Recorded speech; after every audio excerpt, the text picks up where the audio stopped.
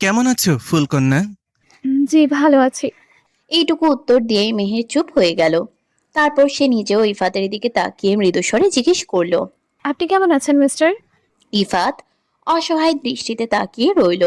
এই কপালে বিন্দু বিন্দু ঘাম জমে থাকা এই মেয়েটার মুখের দিকে তাকালে যেন তার সকল দুঃখ মুছে যায়। কিন্তু এই মেয়েকে নিজের করে পাওয়া কি আদৌ সম্ভব? সে তপ্ত শ্বাস ফেলল। যেহেতু বেঁচে আছি সেহেতু ভালোই আছি।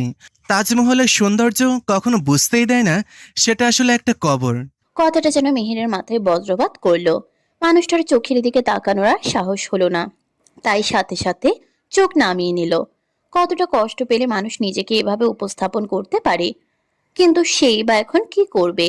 সে তো নিজের অন্ধকার অতীত ফেলে এসেছে। এখন কিভাবে এই মানুষটার সঙ্গে নতুন ঘর বাঁধবে? এটা তো অসম্ভব। মেহেরকে চুপ থাকতে দেখে ইফাত আবারও নিচু স্বরে আর্জি জানালো। ফুলকন্যা, আজকের দিনটা কি আমাকে দেবে তুমি? প্লিজ, আর কখন এমন আবদার নিয়ে তোমার সামনে আসবো না, কথা দিচ্ছি। মেহের এক পলক ইফাতের দিকে তাকালো। লোকটার চোখের কোণে স্পষ্ট অসহায় চাহনি। মেহেরের তীব্র ইচ্ছে হচ্ছিল দূরে কোথাও পালিয়ে যাওয়ার, কিন্তু আজ তার শরীর যেন আর সঙ্গ দিচ্ছে না। মন বলছে এই মানুষটির কাছেই থেকে যাও, কিন্তু মস্তিষ্ক বলছে এটা কোনোদিন সম্ভব নয়। মেহের না চাইতেও ইফাতের কথায় রাজি হলো। কেন রাজি হলো সেটা সে নিজেও জানে না, তবে এটুকু বিশ্বাস তার আছে, এই মানুষটির সঙ্গে থাকলে অন্তত পৃথিবীর কোনো কিছুই তাকে আঘাত করতে পারবে না। ইফাত মুচকি হেসে মেহেরকে নিজের বাইকের কাছে নিয়ে গেল। মেহের দ্বিধা না নিয়ে বাইকের পেছনে বসলো। তাকে ইতস্তত বোধ করতে দেখে ইফাত মৃদু হাসলো। টেনশন নিও না, কিচ্ছু হবে না। আর আমাকে ধরে বসো, নয়তো পড়ে যাবে। মেহেরের সাহস হলো না ইফাতকে ধরার। তার এত কাছাকাছি আসতে ভীষণ অস্বস্তি হচ্ছিল, কিন্তু ইফাতের এইটুকু আবদার সে ফেলতে পারল না। মানুষ কখনো এত অসহায় ভাবে অনুরোধ করেনি তাকে। আচমকা ইফাত নিজেই মেহেরের হাত টেনে নিজের কোমরের উপর রাখলো। মেহের শুকনো ঢোক গিলল। ঠিক তখনই বাইক স্টার্ট দিতেই মেহের ভয়ে ইফাতের শার্ট শক্ত করে খামচে ধরলো। ইফাত হাসলো। মেয়েটা যে কেন এত অল্পতে ভয় পায় তা সে বুঝতে পারে না। প্রায় আধা ঘন্টা পর তারা দুজন একটা নদীর ধারের লেকের পাড়ে এসে হাজির হলো। ইফাতের জায়গাটা ভীষণ পছন্দের, যদিও এখানে আসতে মাত্র 10 মিনিট লাগার কথা ছিল, কিন্তু মেহের ভয় পাবে ভেবেই সে ধীর গতিতে চালিয়েছে। ইফাত হাত ধরে মেহেরকে বাইক থেকে নামালো। বাইকটা একপাশে রেখে লেকের পাড়ে বসলো দুজনে। ইফাত ক্ষণে ক্ষণে মেহেরের দিকে তাকাচ্ছে, কিন্তু মেহের মাথা নিচু করে আছে। এর মাঝেই তীব্র আকাঙ্ক্ষা নিয়ে ইফাত অস্ফুট স্বরে বলল। ফুলকন্যা, আমরা কি ঘর বাঁধতে পারি না? মেহের চমকে তাকালো। লোকটার আদুরে ও করুণ স্বরের কথাগুলো শুনে সে নিভু নিভু দৃষ্টিতে তাকিয়ে রইল। মানুষটার মুখের দিকে তাকালে মন চায় অনন্তকাল তাকিয়ে থাকি, কিন্তু মস্তিষ্ক বলে এটা পাপ। মেহেরকে চুপ থাকতে দেখে ইফাত আবারও নিচু স্বরে আওড়ালো। ফুলকন্যা, আমার কথায় কি তুমি কষ্ট পেয়েছো? ট্রাস্ট মি, আমি তোমাকে আঘাত করতে চাই না। তবে আমার যে একটা ঘর খুব প্রয়োজন। আমার এই সুখের সংসারে কি তুমি আমার অর্ধাঙ্গিনী হবে না? ততক্ষণে মেহের মাথা নিচু করে ফেলল। এটা সম্ভব নয়। কেন সম্ভব নয়? তুমি শুধু একবার হ্যাঁ বলো, আমি বাকি সব সামলে নেব। আচ্ছা, তোমার কি আমার অতীতের বেপরোয়া জীবন নিয়ে সমস্যা? ট্রাস্ট মি, অনেক দিন ধরে আমি তুমি ছাড়া অন্য কোনো নারীর দিকে তাকাইনি। তোমার কথা শুনেই আমি আমার সেই ধ্বংসাত্মক জীবন ছেড়ে দিয়েছি। এখন নিজে রোজগার করে নিজের মতন চলছি। তবুও কি আমাকে তোমার পাশে মানাবে না? মেহের মৃদু হেসে উঠল। তার হাসির শব্দে ইফাত ব্রুকুচকে তাকালো। মেহের কেন হাসছে তা সে বুঝতে পারছে না। আচ্ছা, আপনার কি মনে হয় আপনার প্রেম কিংবা টাকার জন্য আমি আপনার বউ হতে চাই না? এমনটা নয়। আসলে আমি চাই না আপনার মতো চাঁদের গায়ে আমার কারণে কলঙ্ক লাগুক। আমি আপনাকে ঠকাতে পারবো না। আপনি নতুন কাউকে নিয়ে ঘর বাঁধুন। যে ঘরে তোমার ছায়া নেই, সেই ঘর আমি কিভাবে বাঁধবো বলো? আপনি অবুঝ বাচ্চার মতন কেন কথা বলছেন? আমি আগেই বলেছি আমার অন্ধকার অতীত জানলে আপনি কখনোই চাইবেন না এমন কোনো নারী আপনার সঙ্গী হোক। আমি তোমার অতীত জানতে চাই না, আমি শুধু তোমাকেই চাই। মেহের একটি তপ্ত শ্বাস ফেলল। এবার মনে হচ্ছে এই লোকটার কাছে অতীত না বললেই নয়। সে আর মানুষটার কষ্ট দেখতে পারছে না। যদিও মেহের খুব ভালো করেই জানে তার অতীত শুনলে ইফাত কখনোই তাকে বউ বানানোর কথা ভাববে না। তখন হয়তো সে তার পিছু ছাড়বে। ঠিক তখনই ইফাত তাকে একটা প্যাকেট দিল। মেহের অবাক হলো। ইফাত মুচকি হেসে প্যাকেটটা নিতে বলল, কিন্তু মেহের হাত বাড়ালো না। ইফাত নিজেই প্যাকেটটি তার হাতে গুজে দিল। মেহের বিস্ময় নিয়ে জিজ্ঞেস করলো, এটা কি? আমার প্রথম উপার্জনের টাকায় আমার ফুলকন্যার জন্য বেশ শাড়ি কিনেছি। যদিও তেমন দামি নয়, কিন্তু এটা পরে তুমি আমার বউ হবে। শেষ পরীক্ষার দিন আমি আপনার বাসায় যাব আমার মামুনির সাথে দেখা করতে। সেই রাতটা সেখানে থাকবো। তারপর আপনাকে আমার জীবনের সেই জঘন্য অতীত খুলে বলবো। এরপরও যদি আপনার মনে হয় আপনি আমাকে চান, তবে আমি এই শাড়িটা নেব। ততদিন এটা আপনার কাছেই রাখুন। আমি জানি সেদিন শোনার পর আপনি বলবেন এটা সম্ভব নয়, তবুও আমি সেই দিন আপনাকে সব বলবো। আমি জানতে চাই না তোমার অতীত। আমি তোমাকে এমনভাবেই বউ বানাতে চাই। তবে তুমি যেহেতু আমাকে চ্যালেঞ্জ করেছ, তাহলে আমিও তোমাকে দেখিয়ে দেব ইফাত চৌধুরী তোমার যে অতিথি থাক না কেন তোমাকে বউ বানিয়ে ছাড়বে। ফুলকন্যা, কেঁদো না প্লিজ। তোমার চোখের অশ্রু আমার বুকটা ঝাঁঝরা করে দেয়। সব ঠিক হয়ে যাবে দেখো। জাস্ট আর কয়েকটা দিন, তারপর তোমায় বউ করে নিয়ে যাব। দুপুর তখন 2টো। উজান নিজের ক্লাস শেষ করে ক্লান্ত পায়ে নিজের কেবিনের দিকে এগোচ্ছিল। তার চোখে মুখে সারাদিনের ক্লান্তির ছাপ স্পষ্ট। কপাল বেয়ে বিন্দু বিন্দু ঘাম জমেছে। সারাদিন প্রায় পেরিয়ে গেল, অথচ মুখে সে এক পলকের জন্যও দেখতে পায়নি। এমনকি ক্লাসের সময়ও না। মেয়েটা এতক্ষণ কোথায় ছিল তা সে কিছুতেই বুঝতে পারছিল না। তার উপর আজ মেহেরও কলেজে আসেনি। তা নিয়ে তার টেনশন আরো দ্বিগুণ হচ্ছে। মেহের থাকলে অন্তত মৌকে নিয়ে এতটা দুশ্চিন্তা করতে হতো না। সে আবারও কলেজের চারিদিকে তীক্ষ্ণ নজর বুলালো, কিন্তু কোথাও তার পুচকে বউটার দেখা মিলল না। অগত্যা এক বুক বিরক্তি ও রাগ নিয়ে সে নিজের কেবিনের দিকে চলল। মনে মনে ভাবলো, আজ বাসায় গিয়ে মেয়েটাকে ইচ্ছামতো পানিশমেন্ট দেবে। এত অবুঝ কেন সে? সে কি একটুও বোঝে না যে তাকে এক পলক দেখার জন্য এই উজান চৌধুরী কতটা ব্যাকুল হয়ে থাকে? মনে মনে বউ নাই বা মানুক, তাই বলে এভাবে সারাদিন চোখের আড়ালে লুকিয়ে থাকতে হবে? তাছাড়া 2 দিন পর ফাইনাল পরীক্ষা।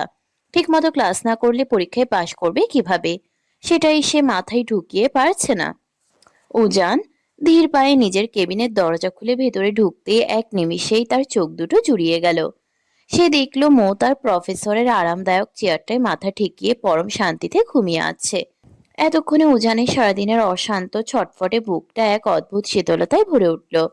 সে এক পলক কেবিনের বাইরে চারদিকে তাকিয়ে ভেতরের থেকে দরজাটা ভালো করে লক করে দিল। তারপর বিদ্যুৎ গতিতে নিজের প্রিয়তমার দিকে এগিয়ে গেল। হুট করে একটা পুরুষালী হাতে চেনা স্পর্শ পেতেই মৌ ধরফর করে চেয়ার ছেড়ে উঠে দাঁড়ালো। সামনে উজানকে দাঁড়িয়ে থাকতে দেখে তার ভয়ার্ত বুক যেন এতক্ষণে স্বস্তি ফিরে এলো।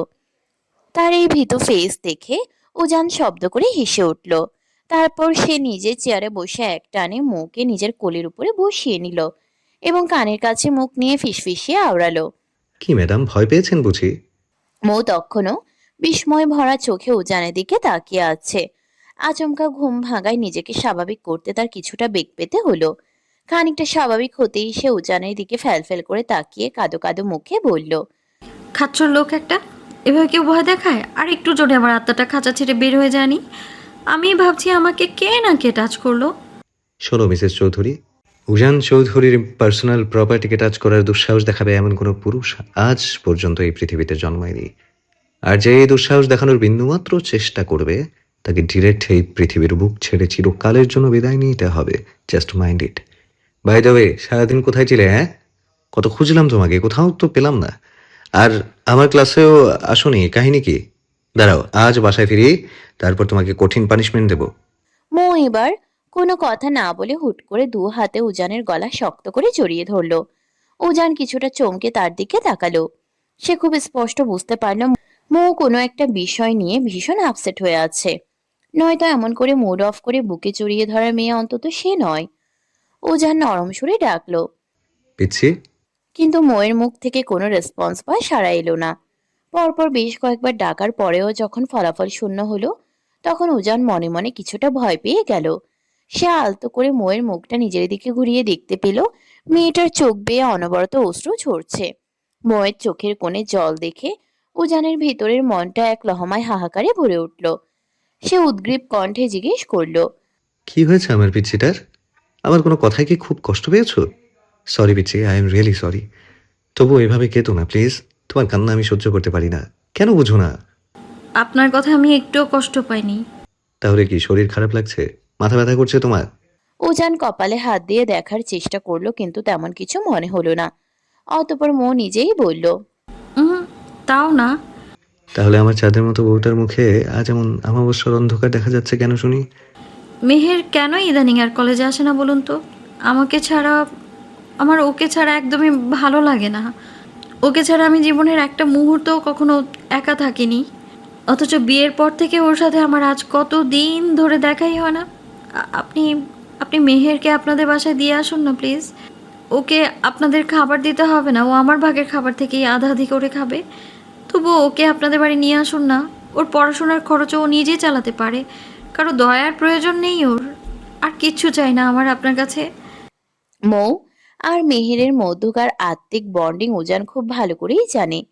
মেয়ে দুটো ছোটবেলা থেকে একে অপরকে ছাড়া এক রাতও অন্য কোথাও কাটায়নি। অথচ বিয়ের পর থেকে তাদের মাঝখানে দূরত্বটা আকাশচুম্বী হয়ে গেছে। উজান আসলে মেহেরকে আগেই বলেছিল তাদের চৌধুরী ভিলা এসে থাকতে, কিন্তু মেহেরের আত্মসম্মানবোধ বড্ড বেশি হয়, সে অন্যের আশ্রয়ে থাকতে রাজি হয়নি। উজান অত্যন্ত গভীর মায়ের সাথে ময়ের চোখের অশ্রুটুকু নিজের আঙ্গুল দিয়ে মুছে দিল। তারপর তাকে নিজের বুকের সাথে শক্ত করে জড়িয়ে নিল। সে হেসে আওড়ায়, ধুর পাগলি, এই সামান্য কারণে কেউ এভাবে কান্না করে?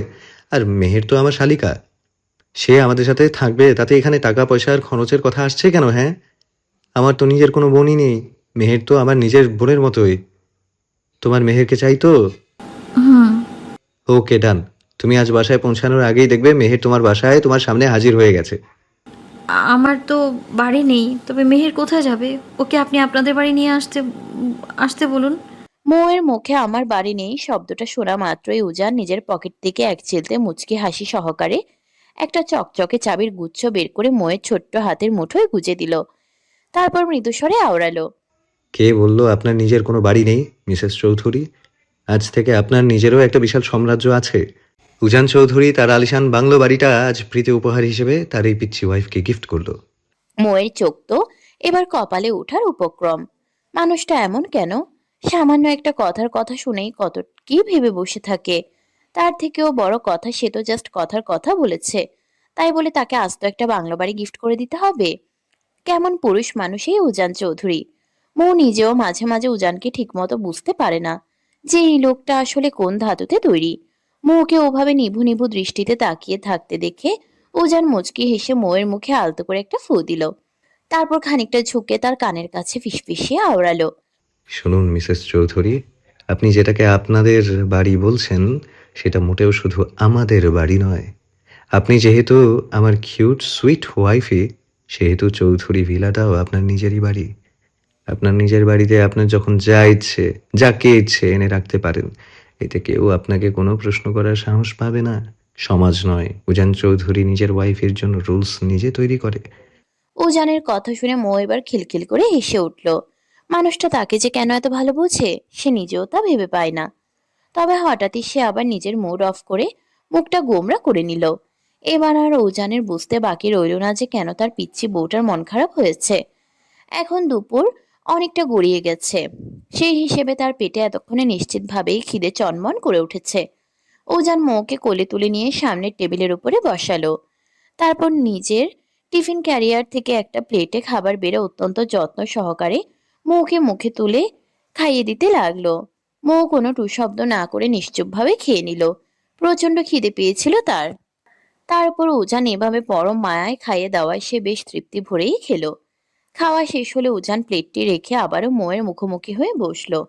জিজ্ঞেস করলো, এখন কি বাকি ক্লাসগুলো করবে নাকি একেবারে বাসায় চলে যাবে? সামনে তো পরীক্ষা, তাহলে ক্লাসগুলো করেই যাই কেমন? হ্যাঁ, ভালো করে করো।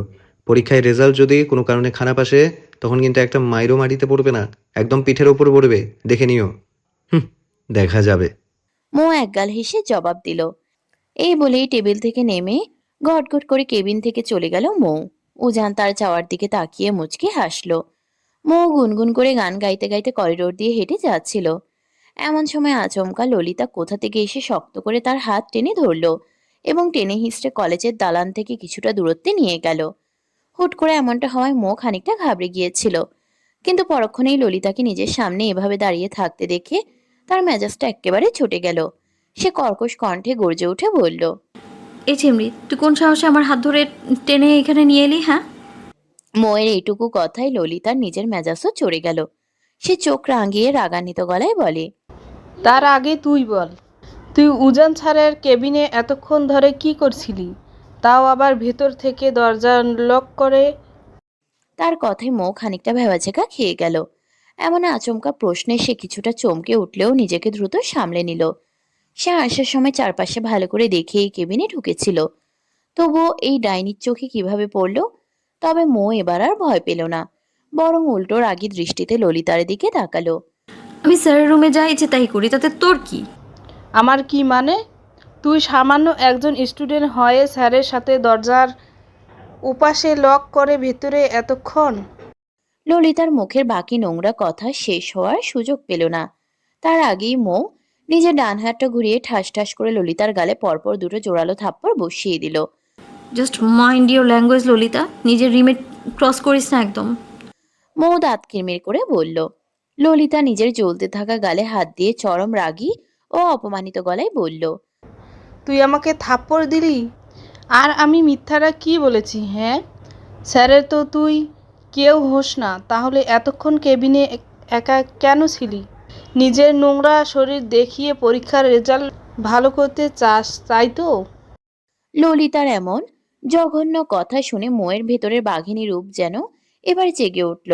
সে আর এক মুহূর্তও দেরি না করে আবারও সজোরে ললিতার অন্য গালে একটা থাপড় বসিয়ে দিল। তোকে আমি আগেই বলেছি নিজের লিমিটে থাকতে, আর তুই নিজে নোংরা বলে আমাকেও নিজের মতো নোংরা ভাবছিস।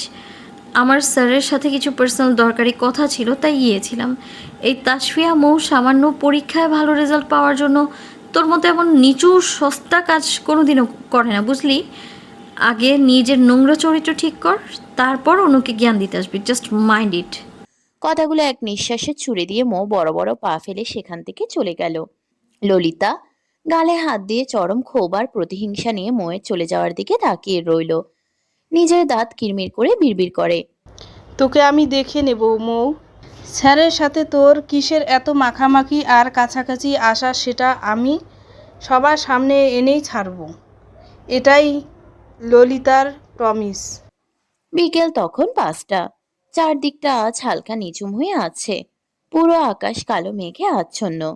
আকাশ দেখে খুব স্পষ্ট বোঝা যাচ্ছে যে কিছুক্ষণের মধ্যেই তুমুল বৃষ্টি নামবে। রাস্তায় দু একটা গাড়ি ছাড়া তেমন কোনো মানুষজন দেখা যাচ্ছে না। এর মাঝেই হুট করে ঝমঝমিয়ে বৃষ্টি নামতে শুরু করলো। ওজান মৌকে নিয়ে বাইকে করে বাসার উদ্দেশ্যে রওনা দিচ্ছিল, আর মাঝ রাস্তায় এমন আচমকা বৃষ্টি নামায় সে বেশ বিপাকে পড়ে গেল। সে আর এক মুহূর্তও দেরি না করে সঙ্গে সঙ্গে বাইক থামিয়ে দিল। তার এমন কাণ্ডে মৌ বেশ অবাক হলো। উজানের কথা মতো মৌ বাধ্য হয়ে বাইক থেকে নেমে গেল।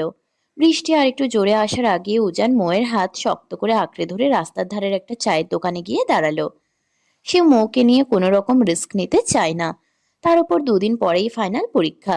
এমনিতেই পড়াশোনা নিয়ে তার দুশ্চিন্তায় শেষ নেই।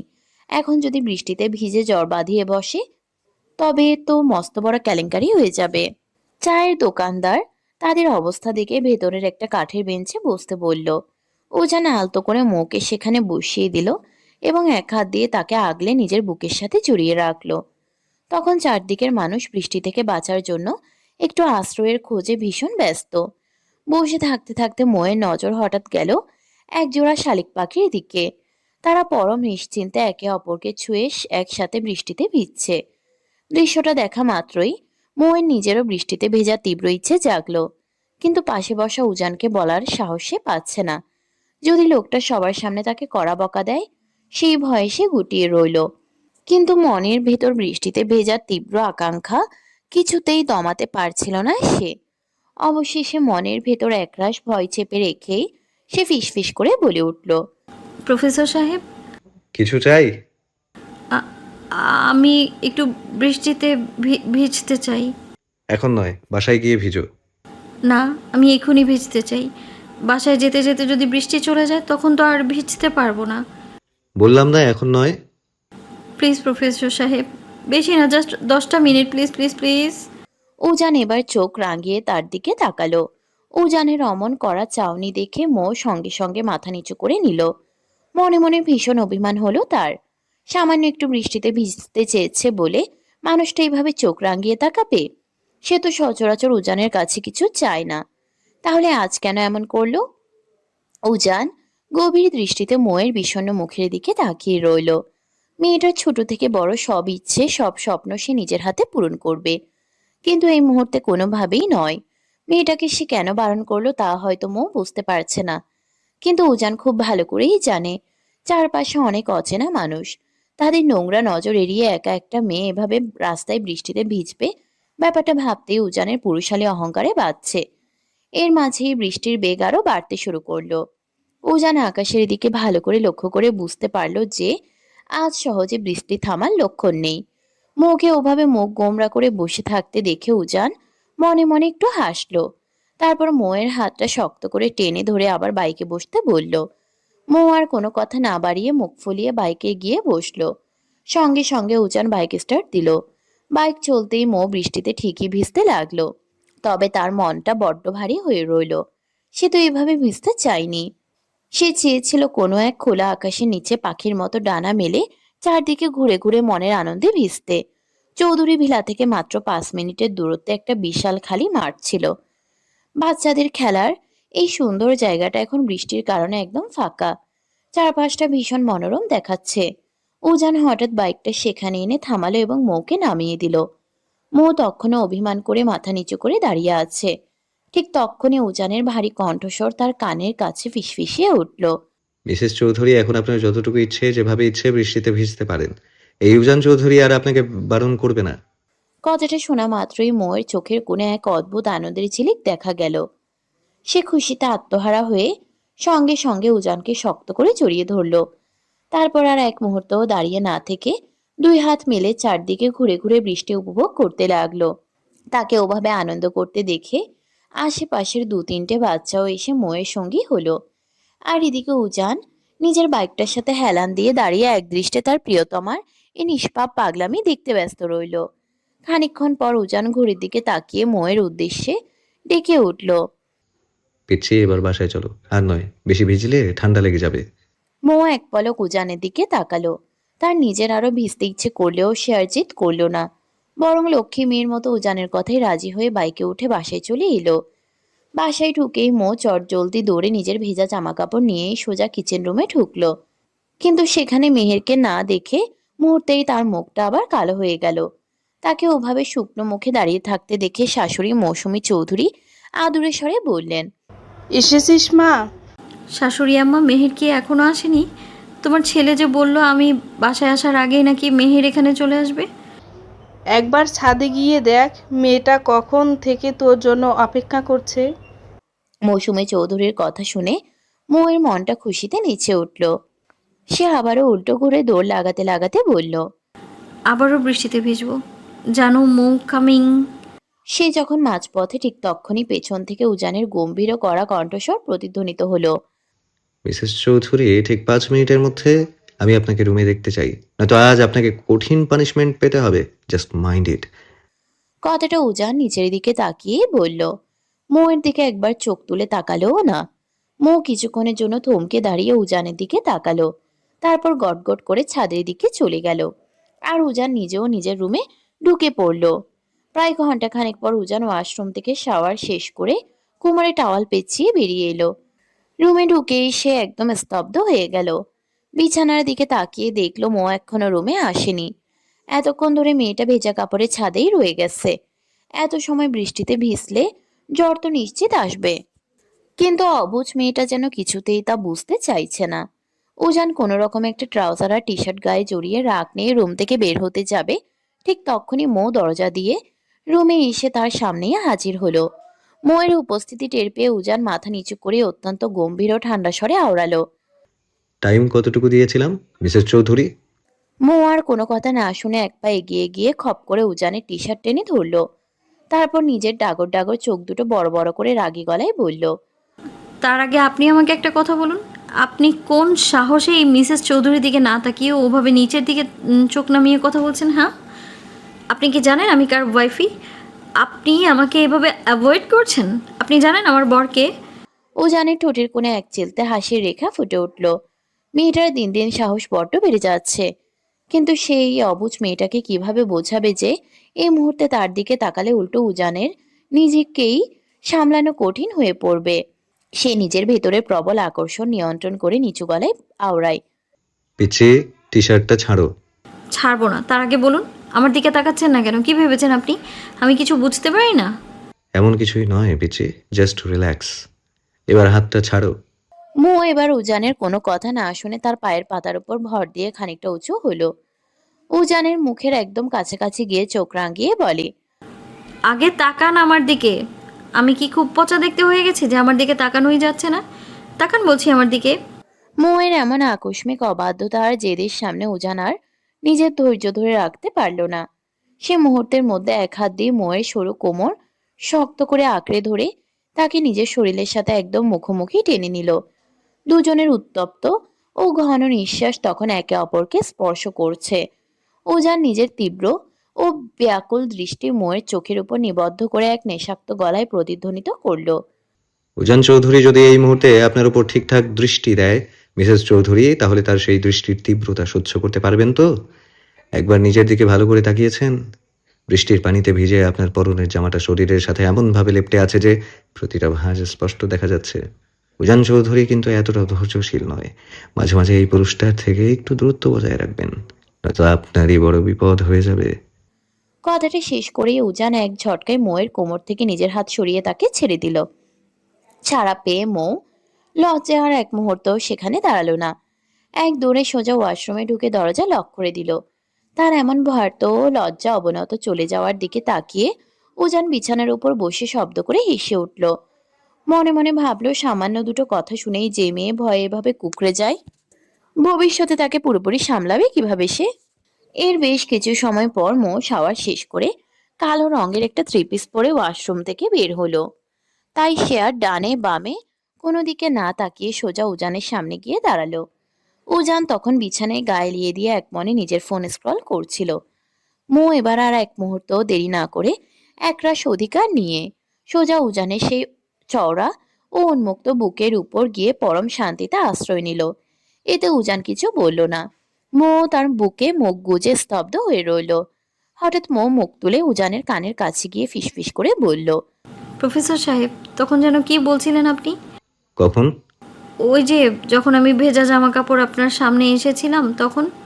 মৌ সাথে সাথে আবার মাথা নিচু করে নিল। উজান বুঝতে পারল মেয়েটার মধ্যে কেমন এক অন্যরকম প্রতিক্রিয়া দেখা দিচ্ছে। মৌ উজানের আরো ঘনিষ্ঠ হওয়ার চেষ্টা করলো, কিন্তু উজান শরীর সরিয়ে দূরে সরে গেল। মৌ এতে বিরক্ত হলো। তাকে তো তার শাশুড়ি আম্মাই বলেছে উজানের কাছাকাছি থাকতে। তার উপর চারপাশে যে পরিমাণ ডাইনিরা তার প্রফেসর সাহেবের দিকে কুদৃষ্টি দিয়ে তাকিয়ে থাকে, তাতে মৌ কোনোভাবেই এই মানুষটিকে হারাতে চায় না। কিন্তু উজান গম্ভীর স্বরে ঝাঁজিয়ে উঠল, কিছু বলিনি, ওদিকে যাও। মেয়েদের এই অহেতুক ঘেঁষাঘেঁষি আমার একদম পছন্দ নয়। উজানের এমন নিষ্পৃহ কথায় মৌ ভীষণ কষ্ট পেল। মানুষটা কি সত্যিই তাকে নিজের করে চায় না, নাকি কেবল সম্পর্কের দায়বদ্ধতা থেকে এত যত্ন করে? অভিমানে মৌ বিছানার অন্য পাশে গিয়ে শুয়ে পড়ল, কিন্তু তার দৃষ্টি উজানের উপর থেকে সরছিল না। এই মানুষটাকে ছাড়া তার পৃথিবীটা বড় অসহায়, বেঁচে থাকাটা কঠিন। উজান মোয়ের নীরবতা দেখে পাশ ফিরে তাকায়, ধীর গলায় জিজ্ঞেস করলো, কি ম্যাডাম, এমন করে তাকিয়ে আছেন কেন? আমি প্রেগনেন্ট। কথাটা শেষ হওয়ার আগেই মৌ নিজের মুখ নিজে চেপে ধরল। সে কি বলতে কি বলে ফেলে, ভাবতেই নিজের উপর প্রচন্ড রাগ হচ্ছে তার। কিন্তু ওদিকে উজান কথাটি শোনা মাত্রই বিদ্যুৎ গতিতে বিছানা থেকে লাফিয়ে উঠল। আতঙ্ক আর বিস্ময়ে চেঁচিয়ে উঠল সে, আস্তাগফিরুল্লাহ, নাউজুবিল্লাহ। শাশুড়ির মেয়ে বলে কি? বাসরের বউ করতে পারলাম না, আর এই মেয়ে বলে সে প্রেগনেন্ট। দয়াল, এ কেমন খেলা দেখাইলা? পরিশ্রম করার আগেই ফসল উৎপাদন শেষ। উজান, কি কপাল নিয়ে জন্মেছিস তুই? মৌ ফ্যাল ফ্যাল করে তাকিয়ে আছে উজানের দিকে। সে না হয় ভুল করে কথাটা বলেই ফেলেছে, তাই বলে মানুষটা তাকে এমন কড়া কড়া কথা শোনাবে? সে তো সবসময় তাকে পিচ্ছি পিচ্ছি বলে খেপায়। তাহলে এই পিচ্ছি যে ভুলবশত কথাটা বলে ফেলেছে সেটা তার প্রফেসরের মাথায় ঢুকলো না? ফের উজান কিছু বলতে উদ্যত হতেই মৌ তড়িঘড়ি করে নিজের ছোট্ট হাত দিয়ে উজানের মুখ চেপে ধরলো। এই না না না, আমি আমি আসলে ওটা বলতে চাইনি, আমি কোনো পচা কাজ করিনি, সত্যি বলছি। মোয়ের গলায় আকুতি। উজান সঙ্গে সঙ্গে মোয়ের হাতটা সরিয়ে তাকে নিজের সামনে সোজা করে বসিয়ে চেঁচিয়ে উঠল। তাহলে বললে কেন যে তুমি প্রেগনেন্ট? তুমি সত্যি সত্যি প্রেগনেন্ট নও তো আবার?